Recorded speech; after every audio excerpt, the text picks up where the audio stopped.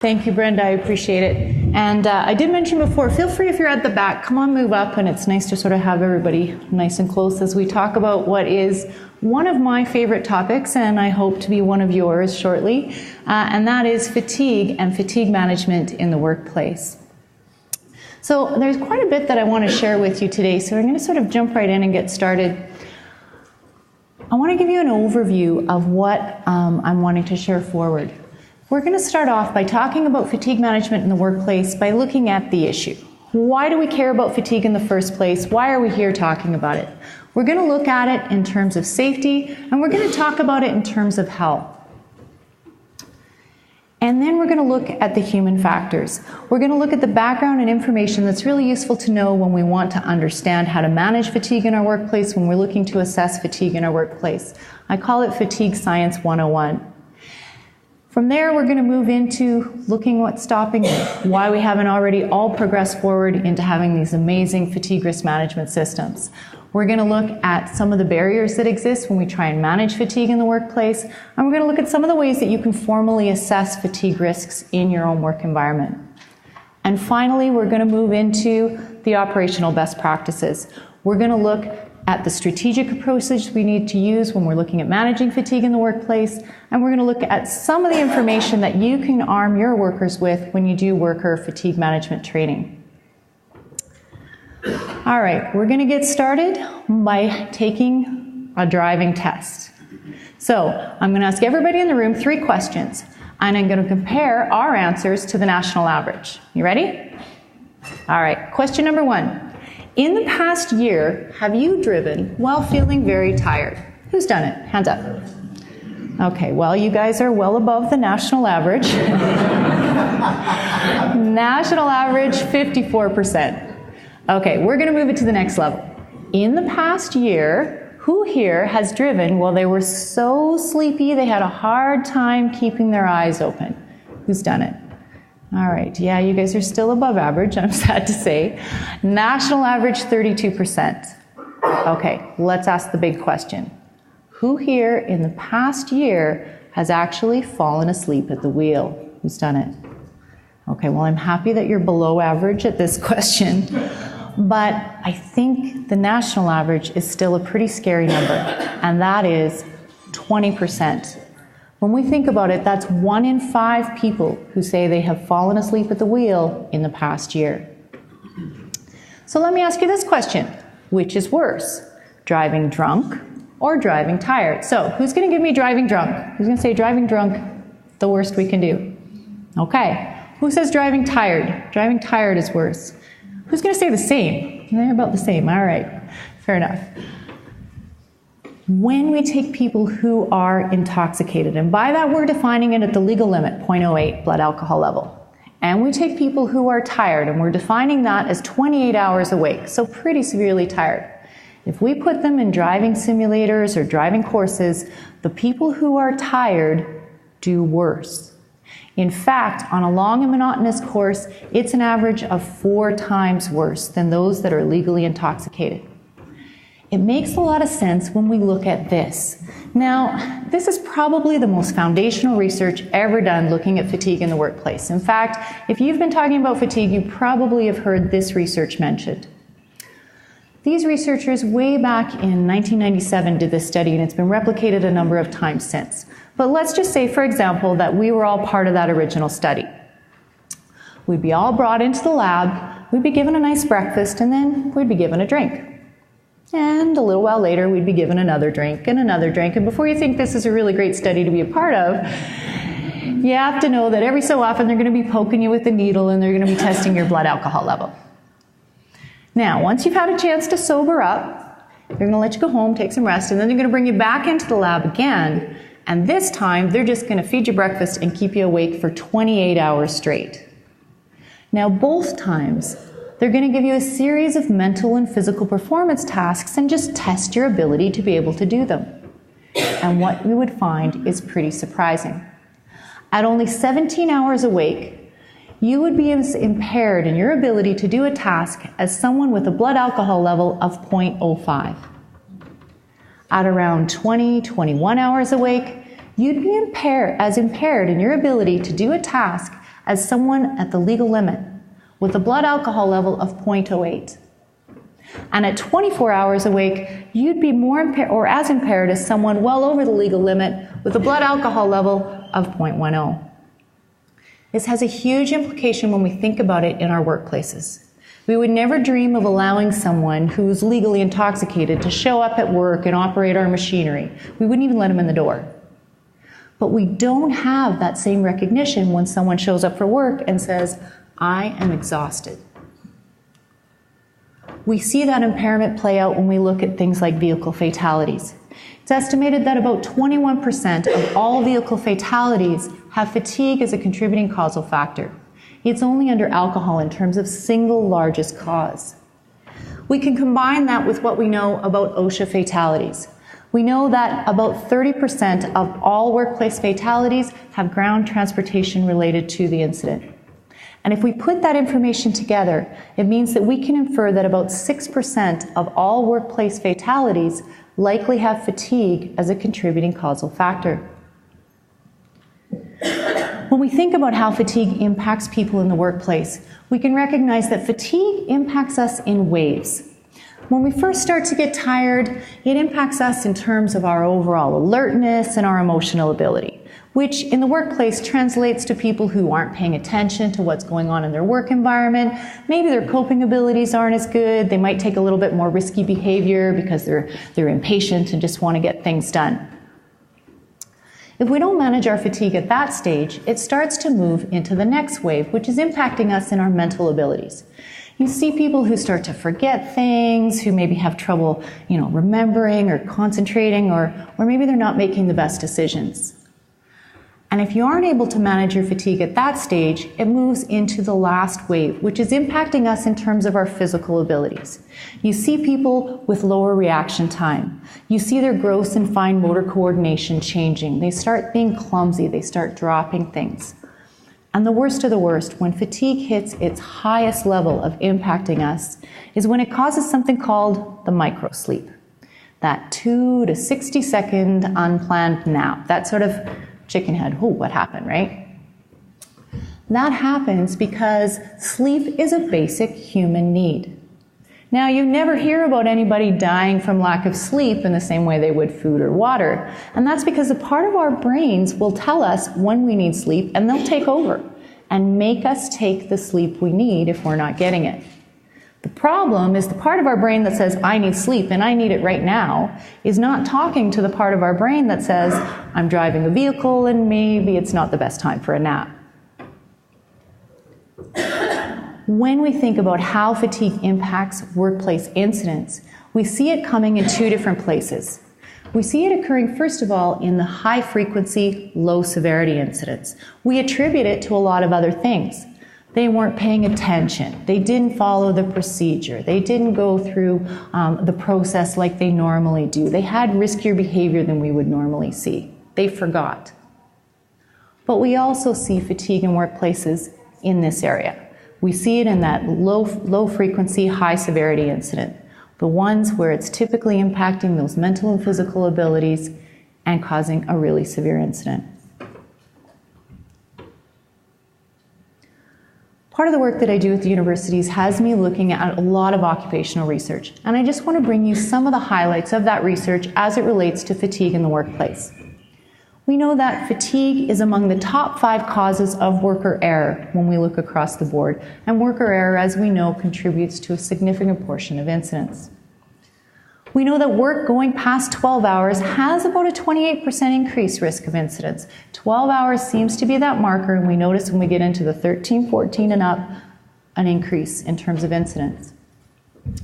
Work going more than 50 hours a week also doubles the risk of making an incident. We see that increase in the longer work weeks. We know that a sleep-deprived employee is about 3 times more likely to cause a workplace accident than someone who is well rested. And I think this last one is quite telling in terms of where we are in managing fatigue in the workplace today. And that is, fatigue is 4 times more likely to cause a workplace incident, to cause workplace impairment than drugs or alcohol. And part of that is that we manage drugs and alcohol better than we're often currently managing fatigue. All right, I want to switch gears for a minute, and I want to take a look at the other side of health and safety, and that is the health piece. And we can recognize that fatigue has an impact not just on worker safety, but on our overall health and wellness. When we think about our health and wellness, there's really three key things that we can do that will influence our own health and wellness.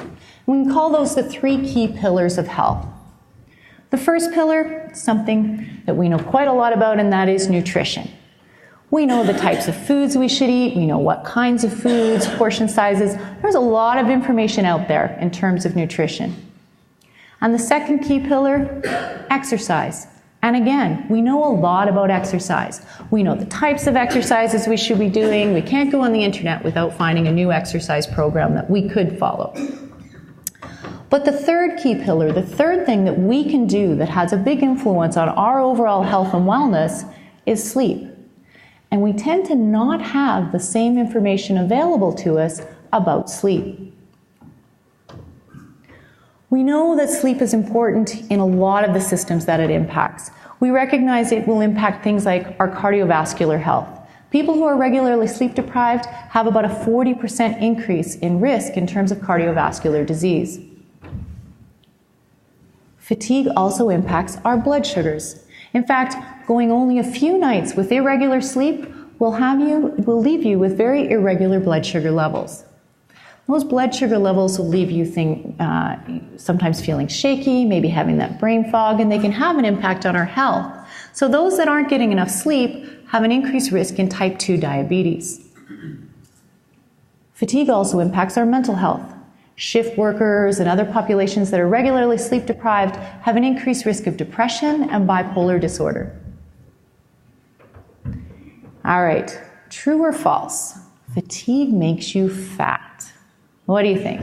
Who's going to give me true? True-ish. True-ish, yeah, false. Not our only factor. Absolutely. But there's a lot of research in how not getting enough sleep can contribute to weight gain. Part of it comes back to this. Those irregular blood sugars will change how we're able to metabolize the food that we are eating. But there's more. We know that sleep is really important in terms of regulating our appetite hormones. If we aren't getting enough sleep, you're going to be extra hungry. And not only are you extra hungry, you're going to want larger portions and you're going to crave higher calorie foods. And researchers think this has to do with the fact that our body is feeling really low energy because it didn't get enough sleep and doesn't have the energy it needs, so it's trying to make up that energy through our food. Whatever the reason, we know that when we look at populations that are regularly sleep deprived, women are on average 18 to 22 pounds heavier, men are on average 20 to 25 pounds heavier.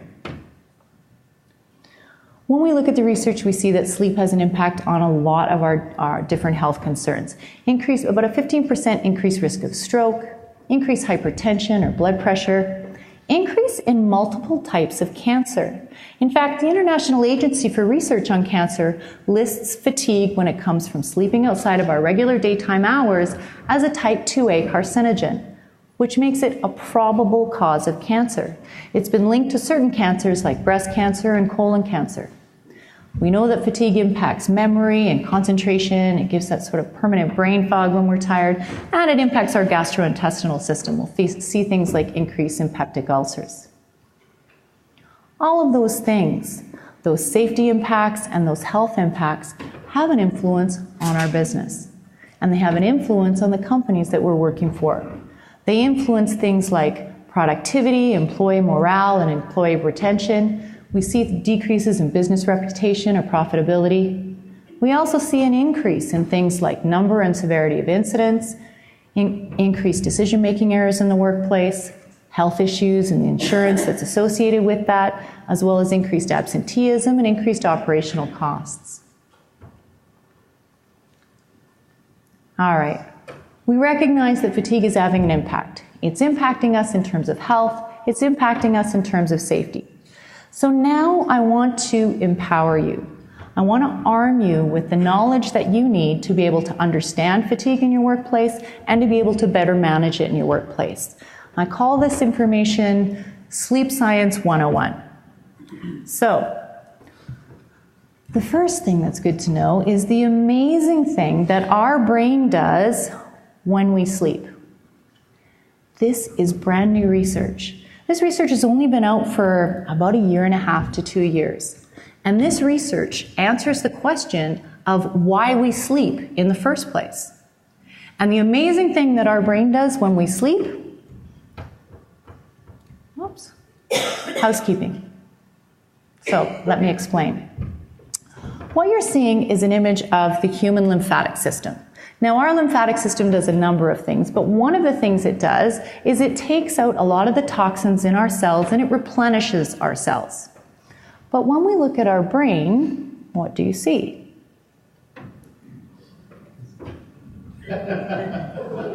What researchers, I didn't hear it. What researchers have discovered is that when we sleep, our brains flood with something called cerebral spinal fluid. And that cerebral spinal fluid is what we believe now clears out those toxins in our brains and helps to replenish our brain cells. It's the reason when we look at an MRI scan of a brain from someone who is sleep deprived versus someone who's well rested, we can see the difference in terms of how that person's being impacted. Another really important bit of background information that helps you understand and manage sleep is something called sleep stages. Now, this research was discovered way back in the 1960s, where scientists took electroencephalographs and they hooked those up to people's brains and they measured the brain waves that we naturally give off. And they used that to try and figure out what it is we do when we sleep. They discovered we go through 5 very distinct stages when we sleep. Stage 1 and 2 are those light stages of sleep. If you get woken up from a stage 1 or 2 sleep, you're going to be wide awake, you're going to be alert, you might not even be 100% sure you've been asleep. Stage 1 and 2 are important in that they restore our alertness and they restore some of our mental abilities. Now, from that stage 1 and 2, we move into the deeper stages of sleep. Stage 3 or 4, or even sometimes we're starting to combine those and just call it stage 3. You get woken up from those deeper stages of sleep, you're going to feel awful. You're going to have that sort of groggy, disoriented, achy, awful feeling that you get when you get woken up from a really deep sleep. And we know that this is the stage of sleep when your brain is being flooded by that cerebral spinal fluid and those toxins are being cleared from your brain. Now, the 5th stage of sleep is one that most people have heard of, and that's our REM, our rapid eye movement, our dream sleep. And we know that dream sleep is really important in terms of processing the information that we've learned throughout the day and creating a lot of our long-term memories. Now, we move through those 5 stages of sleep in a complete sleep cycle, and that sleep cycle takes between 90 to 120 minutes. The reason that information is important is that if we get interrupted at any point along the way while we're sleeping, we don't get to jump back exactly where we started. We have to go all the way back to stage 1 and start again. What this research shows us is that it's not just sleep quantity that's important in terms of how our bodies are restored by our sleep. It has a lot to do with sleep quality. And the final bit of background information I want to share with you so that we're ready to sort of move into the next stages is something called circadian rhythms. Now, how many people have heard of circadian rhythms? Good. More and more, this information is being known. So circadian rhythms are any of our body systems that work on a 24-hour cycle. And that 24-hour cycle is regulated by the light that we take in from our eyes. And if you're nerdy like me and you like this information, it's regulated by a little tiny part of our brain called the suprachiasmatic nucleus. Now, those light cues regulate a large number of our body systems. They regulate our body temperature, our blood pressure, our heart rate, our blood sugars, our digestive enzymes, and a lot of the hormones that we produce. And all of those body systems, in turn, have an impact on us. Our circadian rhythms will impact things like our alertness and our behavior, our emotional stability, our memory, and our learning abilities. They'll impact our physical coordination, our reaction time, and our decision-making skills. Now, our circadians run in a pretty set cycle. So what you're looking at is an average person's circadian rhythm. So if you're a morning person, you're going to be a little bit more to the early side of that. And if you're a night owl, you're going to be a little bit more to the late hours. But this is a normal person. What this means is that sometime around 7 a.m. until about 10 o'clock at night, all of your body systems, all of your biology is functioning to have you be alert and awake and aware of what's going on in your environment. You will notice a little dip that occurs between 1 to 3 in the afternoon, right about now. How many people notice the dip that occurs between 1 to 3 in the afternoon? Absolutely, we feel it, we can tell. We get up, we get a cup of coffee. But aside from that little dip, this is when our biology is having us be at our best. Sometime around 10 o'clock at night until about 6 o'clock in the morning, all of that changes. And our biology is focused on having us be less aware of what's going on in our environment, less alert, less capable. Putting that all together, it means that if you're trying to do work at 2 o'clock in the morning, your heart rate is going to be a little bit lower, and your blood pressure is going to be a little bit lower.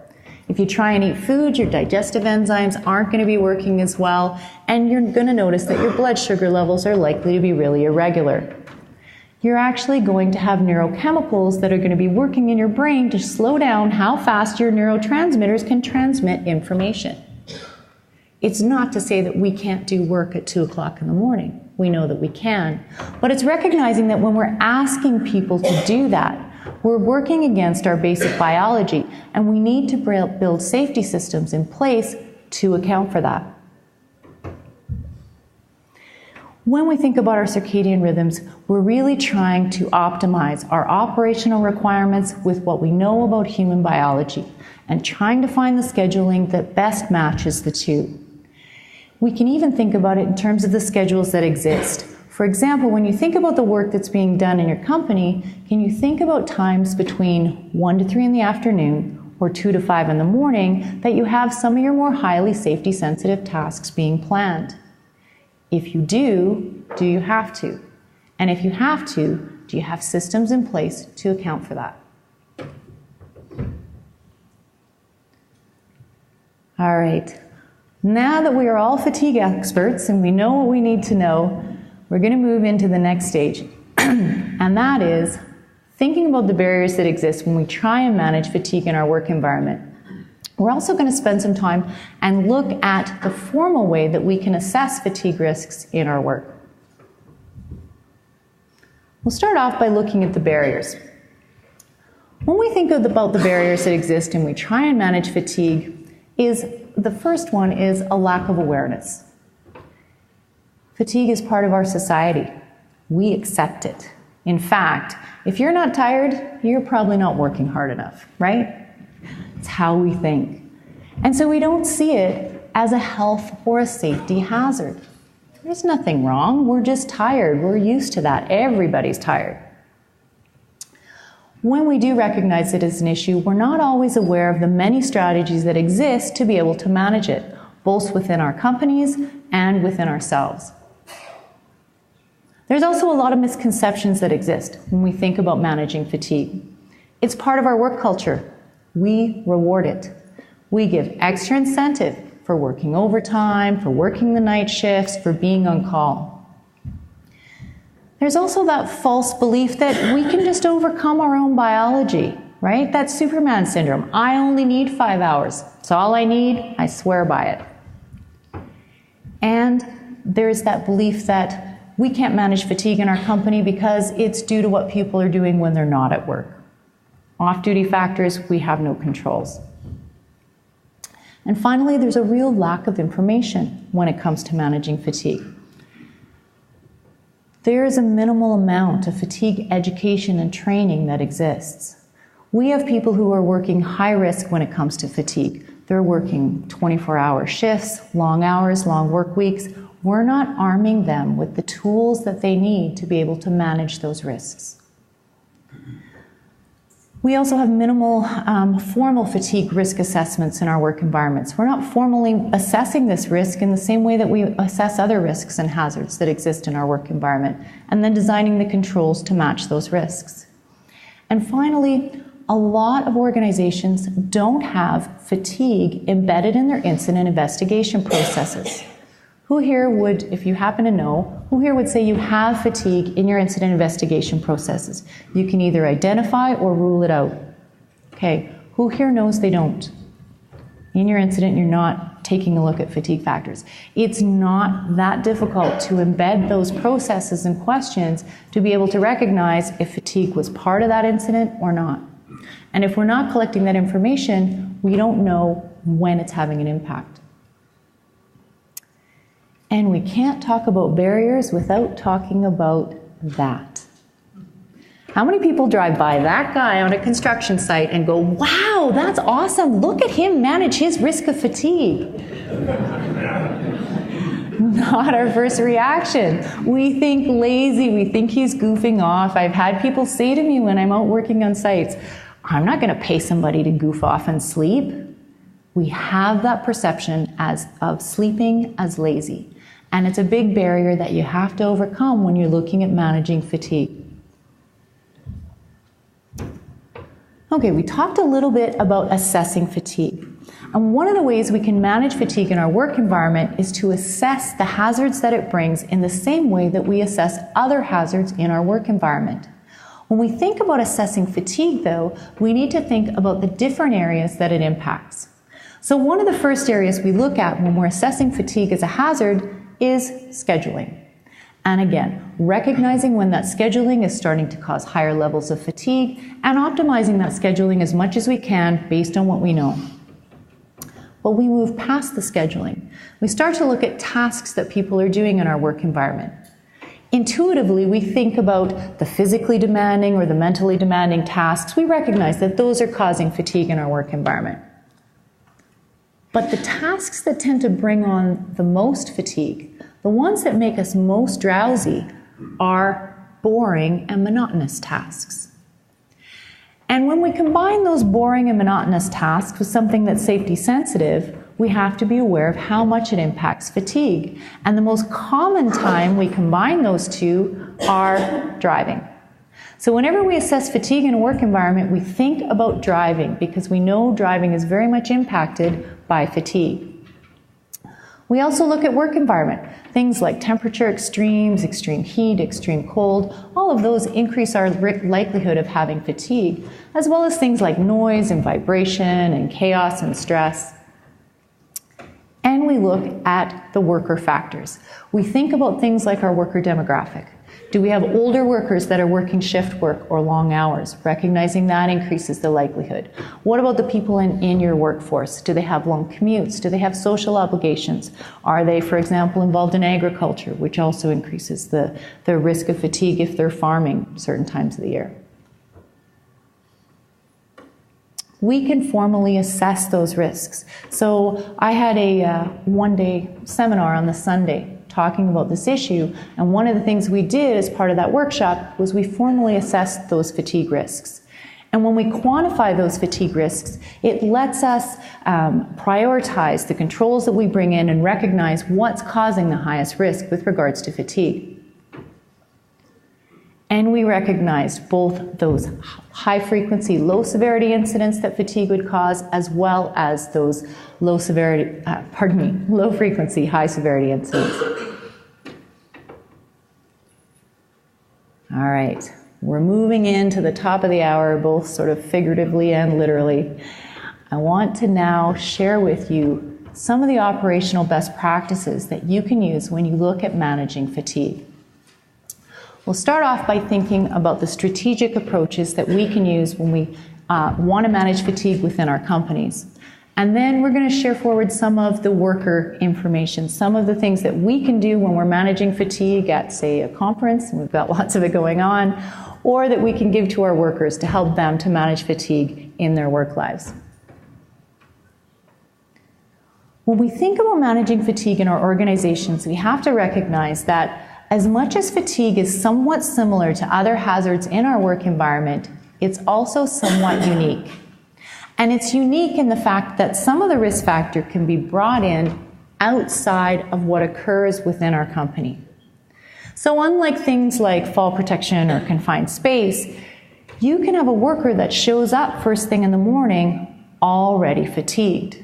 They're already fatigued because They have a sleep disorder or a health issue, or the baby was up all night, or they had to commute 2.5 hours, or whatever else is going on.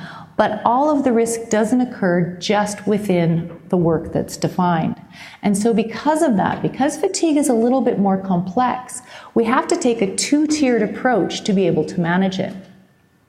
So this model, I call it the eye of fatigue, is one way of demonstrating that two-tiered approach that we need to take when we manage fatigue. First, you need to have all-encompassing organizational strategies. You need to have those policies and procedures. You need to do some formal risk assessment and management. But more than that, you need to have that worker engagement piece. You need to have the education and awareness and those open discussions that allow you to be able to engage your workforce to help manage this issue. At the end of the day, to successfully manage fatigue, you need to have a culture that says workers and managers are coming together to manage the hazards and the risks. If you do that, if you can bring in that twofold process, then you start to see some of the cost benefits that come about from better managing fatigue, and you can use that business case to justify some of the strategies you're bringing into play. So that's our 30,000-foot look at how to manage fatigue. Let's drill down a little deeper and look at what that looks like in terms of practice. When we think about managing fatigue and bringing in a fatigue risk management strategy, there's really a 5-stage process that we can use. First stage is looking at your data assessment, your diagnostic. What does that look like? Well, it looks like formally assessing some of the risks that we talked about earlier, but it also looks like looking at some of the other metrics that exist. Thinking about your overtime and thinking about when your incidents are occurring, time of day of incidents if you're not already tracking them. Looking at a lot of the other information in your environment that will inform you in terms of how fatigue is having an impact. Then we need to think about senior leadership engagement. You've got to have senior leadership on board if you're going to bring about a fatigue risk management strategy. Some of that is sharing forward the information in terms of how fatigue impacts people and increases the risk. Some of that is talking about the business values that can be impacted in terms of health and in terms of safety. At the end of the day, we're talking about your risk management and aligning the discussions on fatigue with your other discussions in terms of risk management. Once you have that information in hand and you've got the support, you can move into your fatigue strategy development. It's not that different than some of the other ways that we manage risk. It's using our hierarchy of controls in order to manage the risks that we see. It looks something like this. So you've got your risk that you identify, you can rate it, you can look at your controls, you can think about your implementation strategies. When you're working on your implementation strategy, when you're looking at bringing in those strategies that you've developed, first and foremost, education and training. And that needs to go across the board. Your senior leadership should be aware of some of the things about the risk of fatigue and how it's impacting business values. Your managers and supervisors need to be aware of what it looks like. When is someone being impaired by fatigue? When do we need to intervene? And your workers need to be given that toolbox of strategies that they can use to better manage that risk when they're at work. You might want to look at things like a steering committee that can help you if you're bringing in big changes, or maybe aligning with a committee that already exists. And whatever you do, don't make your fatigue risk management strategy an outlier. Don't have it different than the other safety systems that you already have in place. Align it to your systems that already exist and have it work together. That's going to create your sustainability when you're bringing in your strategies. Speaking of sustainability, don't forget your post-implementation. Think back to what we know: plan, do, check, act. Make sure that fatigue is integrated into your incident investigations and your audit processes so that you can recognize if what you've brought into play is working. All of that together will create the fatigue risk management strategies that your companies need to either bring in or enhance to move forward. All right. For the rest of our time together, I want to share with you some of the information that you can give to people in your organizations to help them in terms of managing fatigue. And there might be a strategy here that you might want to use as we go through the fatigue of the conference. Starting off, when we're thinking in a workplace setting, you need to empower your managers or supervisors to recognize it when they see it. What does fatigue look like in a workplace? Well, you see people all of a sudden, you're not thinking very clearly. Maybe they have to look up information a little bit more than they normally would.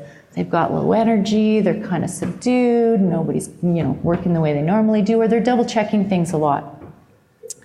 You might see people who are having trouble making a decision all of a sudden, or who are engaging in a little bit riskier behavior than they normally would. You might, at this extreme level, start to see people who are clumsy, who are dropping things, who are tripping, who are making those kinds of mistakes. When we give people the strategies to be able to manage fatigue, we can give them two different types of strategies. We can give them those preventative strategies, those things that they can do to help reduce the likelihood of fatigue becoming an issue in the first place, and we can give them what I call when duty calls, the critical management strategies. We'll start off by looking at the preventative strategies. So all of the things that we can do to make ourselves more resilient, less likely to become fatigued in the first place. All right, here comes a tricky one. True or false? The only way to cure fatigue is through sleep. I'm warning you, I'm being tricky. Who says true? Oh, nobody's going. I'm not saying nothing. I'm not coming to this one. All right, no takers? Okay, who says false? All right, I did warn you. I was being tricky. It is true. In that, in the long run, only sleep cures fatigue. And it's an important thing to keep in mind when we're talking about managing fatigue. Everything else we do is a Band-Aid solution that gets us to our next time of full rest. What happens to most of us is not that we're staying up 24, 36 hours straight. What happens to most of us is that we're busy and we're working and life is happening and we have all of those other things that are going on. Kids have to get where they need to go, and we don't get as much sleep as we should have got on Monday. And then life is busy again and we're traveling and whatever is happening and we don't get as much sleep as we needed on Tuesday. And the same thing happens on Wednesday and Thursday until by Friday we are sitting at an 8-hour sleep debt. And an 8-hour sleep debt will impair you in the same way as having missed an entire night's sleep. We also can build up our sleep debt based on our age. What happens when we age, and this is important when we think about an aging workforce, is not that we need less sleep. We need the same amount of sleep, but we can't get that sleep in one full setting in the way that we used to be able to. Our sleep stages and sleep cycles start to change as we age. So having people know this and having them be aware of this can help them in terms of better managing their sleep and their fatigue. We can also teach workers about something called Zeitgebers. And Zeitgebers is just a fun word. I actually like to say that, Zeitgebers. Zeitgebers are really any of the systems that we use to train our brain to recognize when it's time to be awake and time to sleep. It's really useful for shift workers because we can teach them some of the cues that they give their bodies that tell them when it's time to shift. Things like light cues, or when they're having social interactions, or working out, or when to eat. And when to eat on shift work can really help in terms of managing some of the issues. Teach people about sleep hygiene, some of the basics. This is really useful information if any of your workers are traveling, if they're on campsite, or if you've got shift workers. Teaching the importance of sleep hygiene to improve our overall sleep. And of course, we talk about sleep disorders. Sleep disorders are remarkably common, up to 15% of the population. In fact, that rate goes up when we talk about men over the age of 45, who are at higher risk for some sleep disorders, for example, sleep apnea. How many here have heard of sleep apnea? Yeah, more and more this sleep disorder is gaining attention, and I think that's a good thing, because it is one of those sleep disorders that you may not recognize you have. If you have insomnia, you're pretty aware that you have insomnia. But if you have sleep apnea, you may or may not know. We recognize someone who has obstructive sleep apnea if you listen to them sleep. So someone with sleep apnea is going to do that. Snore, snore, snore. Stop breathing. Absolutely. And then they do that big gasp and wake up a little bit, enough to start breathing again, and start that process over and over and over again. So we talk about sleep disorders and we share some of that information, and we can encourage things such as having treatment, having screening, and talking about the compliance and the importance of that. All right, let's talk about that critical management. What we need to do to manage fatigue when we're tired and the work still needs to be done. One of the things that's important to recognize when we think about sleep in a work environment is there's really two things that will impact it. The first is our internal factors. Things like being up at night when we're not used to it, not having had enough sleep during our circadians, some of the medications we take, all of those things will impact our internal likelihood of being tired. But there's also task-related factors. And task-related factors come from the work that's being conducted. So it might be the time on task, how long we've been doing it, the task complexity, is it mentally or physically fatiguing, and that task monotony.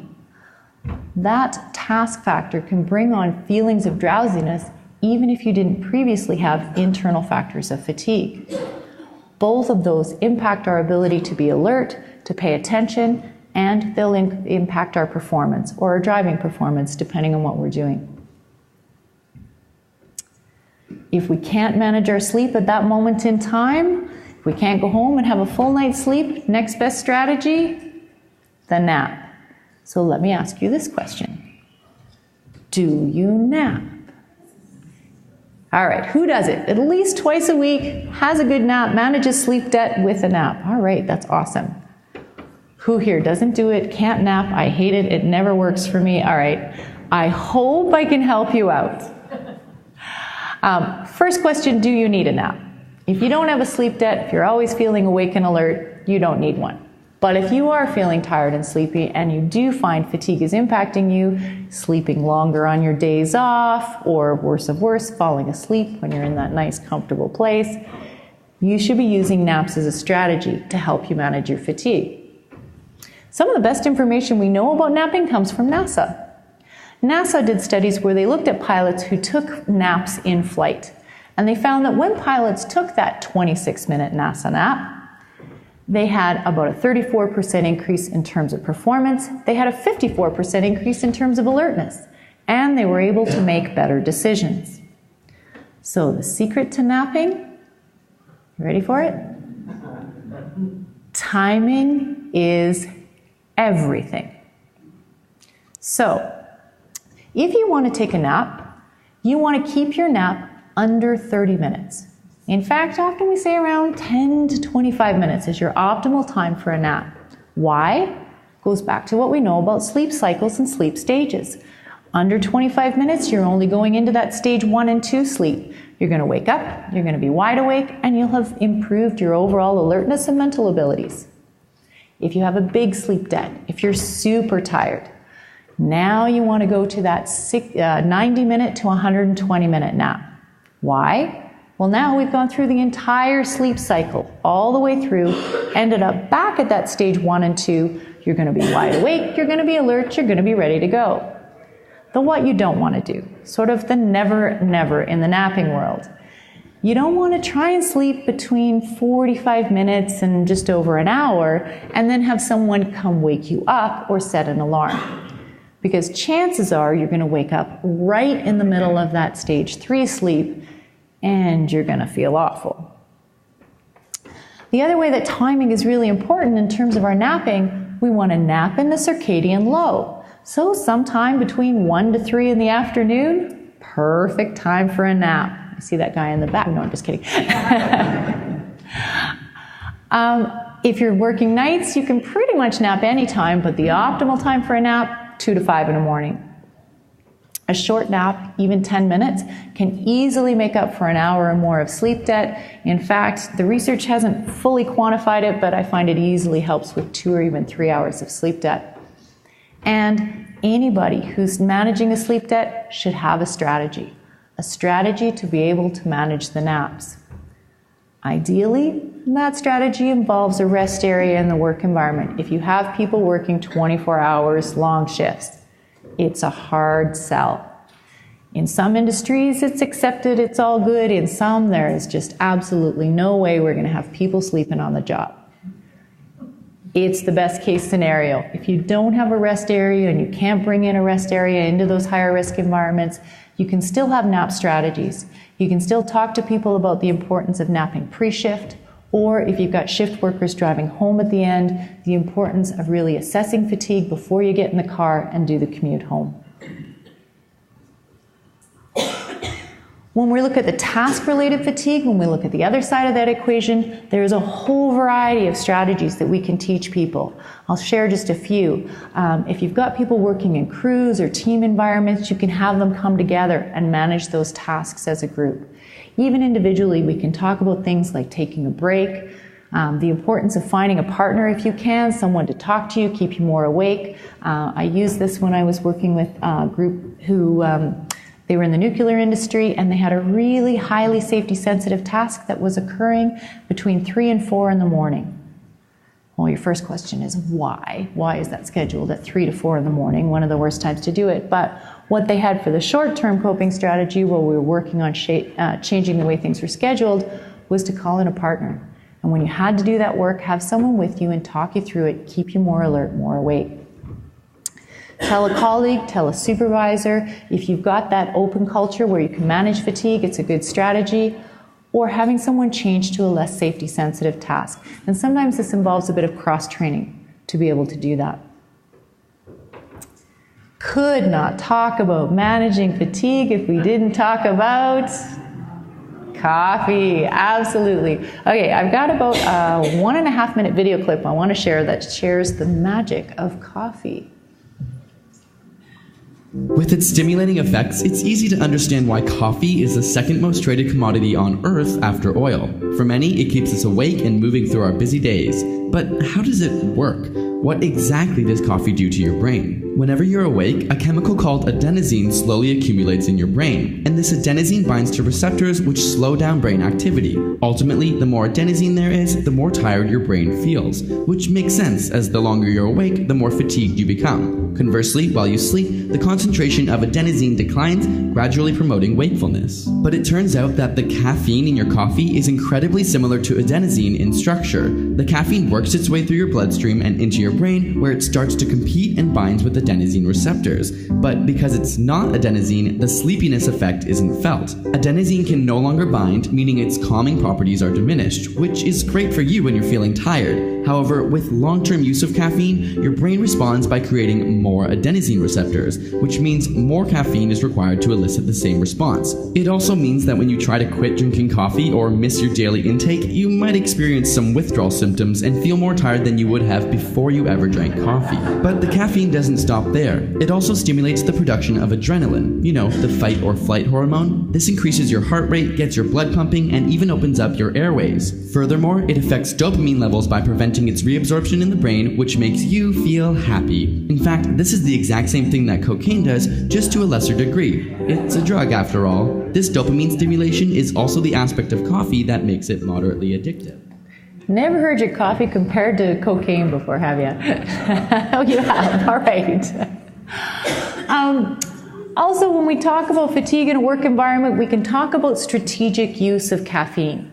We can talk about the different ways that people get their caffeine. We talk about the pros and cons. You can talk about the timing of caffeine. It's about 20 minutes to get into your system. It's got a half-life of about 5 hours. Another really interesting technique that we can teach people in terms of managing our fatigue is food. So we know now that irregular sleep and lack of sleep has our blood sugars being really irregular. Well, there's something called glycemic index. Now, anybody who knows anyone who's a diabetic is pretty aware about glycemic index. Glycemic index is the way that the food affects our blood sugar levels. So foods with a high glycemic index, they're going to shoot our blood sugar levels up quickly, and then they're going to drop them quickly. Foods with a low glycemic index are going to bring your blood sugar levels up slowly, keep them pretty even, and then drop them slowly. You want to, for the most part, choose foods with low glycemic index. The good news? Foods with low glycemic index are healthier foods anyways. Whole foods, whole fruits and vegetables, dairy products, low-fat proteins, nuts, all of those things keep our blood sugar levels pretty regular. The bad news, when you're tired, you are going to crave the donut. So it's the reason anybody ever gone into a place that has shift work, what's sitting on the table? Guaranteed. Absolutely. Why? Because everybody's craving the sugars and their hunger's going up and their hunger's coming down. So what we talk about when we do worker presentations and what you want to share forward is that if you can't deny the donut, if you absolutely have to take that donut, well, at least pair it with a low glycemic index food so that you can stop that up and down cycle of your blood sugars throughout the night. This helps to impact how fatigue makes you feel, and it also can help offset some of the health issues. The one you want to be aware of, yeah, looks great, doesn't it?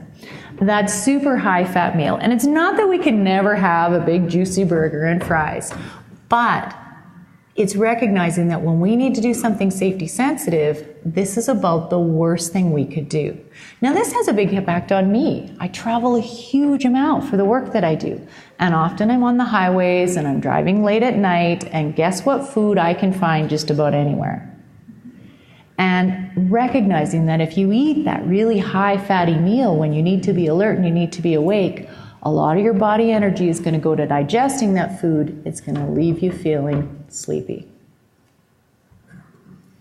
At the end of the day, the way that fatigue most impacts us in terms of safety is driving. So we talk a lot about the importance of managing the risks when we are driving. If at all possible, eliminate fatigue. Take a nap, be well rested before you drive. If you can't eliminate it, at least reduce it. Pull over, get out of the car, move around. If you hit this stage where you're just temporarily holding it off, you're stimulating your environment, you're turning up the air, you're turning up the music, you're trying to shift around, yeah, we've done it, we know it. It's really temporary. And recognize that your risk is going really high when you hit that stage. I want to share with you probably the best technique I ever heard when it comes to training people in this. I was working in a pretty remote area and I had someone who said, hey, I got it. I have the best strategy. I use it every time. It never fails me. I'm like, oh, hey, do tell. I always want to hear a new fatigue strategy. The guy says, well, I just take my hair. Now you have to have the visual here. The guy had this massive comb over going on and he proceeds to demonstrate. He's gathering up the big comb over, showing me. He says, I unroll my window just a little bit, put it in, roll it up, and when I go to sleep, yeah. Best strategy ever, not one I'm recommending. When you get to this stage, be aware your risk is really going up. Nobody wants to end up like this guy. All right, I want to share with you what is probably my favorite fatigue technique.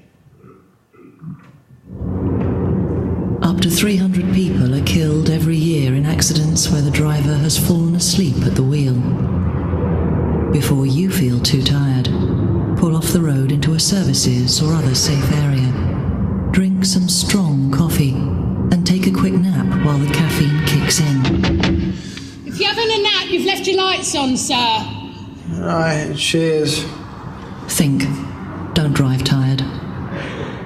Call that technique the nappuccino. Drink some strong caffeine. While you're waiting that 20 minutes for it to kick in, take your nap. You wake up, wide awake from the nap, caffeine's kicking in. Boy, we are good to go. All right, as we finish up, I want to share with you a little bit of research I did a couple of years ago. I did this for a client who was looking at bringing in some fatigue risk management strategies, but they wanted the industry benchmarking. They wanted to know what other people in their industry were doing.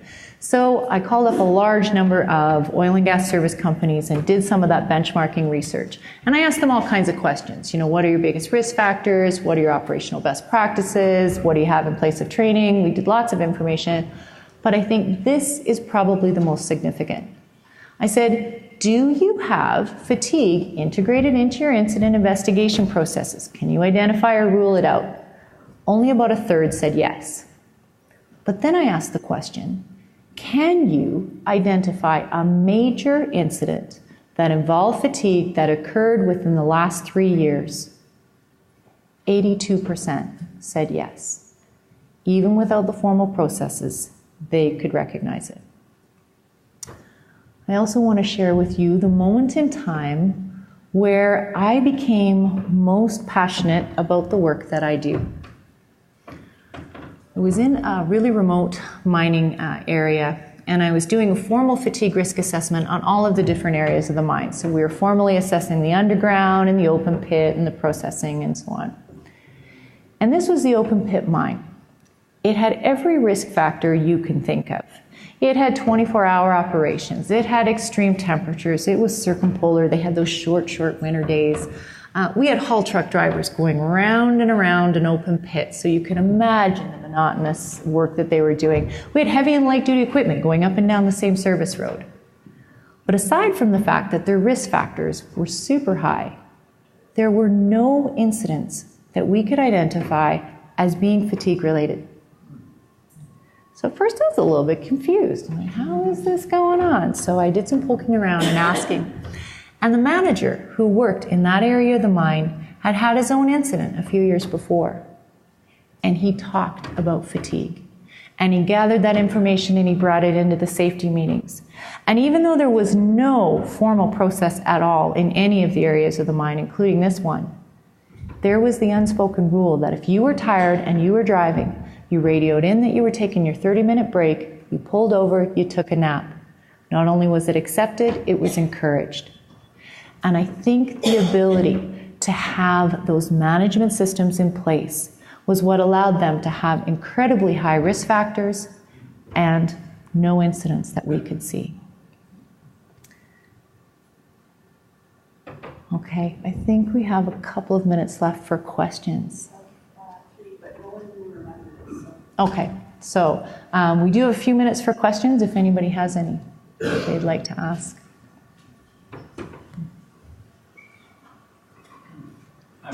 Yeah. You had a statistic early on that was 26 to 28% increase over 12 hours. Yes. I used to read about things, they quoted more like over 8 hours was when people started losing their ability. Can you speak towards that a little bit? Yeah, so it's not 8 hours awake, and it's not necessarily an 8-hour shift. It's that over 12-hour shifts, which when we factor in the likelihood of how long people have been awake, it's just when statistically we start to see the increase in incidence. So 8-hour shifts from 8 to 10, there's not really a large increase. Okay. I am going to be here if anyone has questions after the facts. I also have a brochure of information that's a little bit of what we've been looking at today. It's available through the app, and I also have a couple of hard copies up here and some business cards if anybody's interested. So, thank you.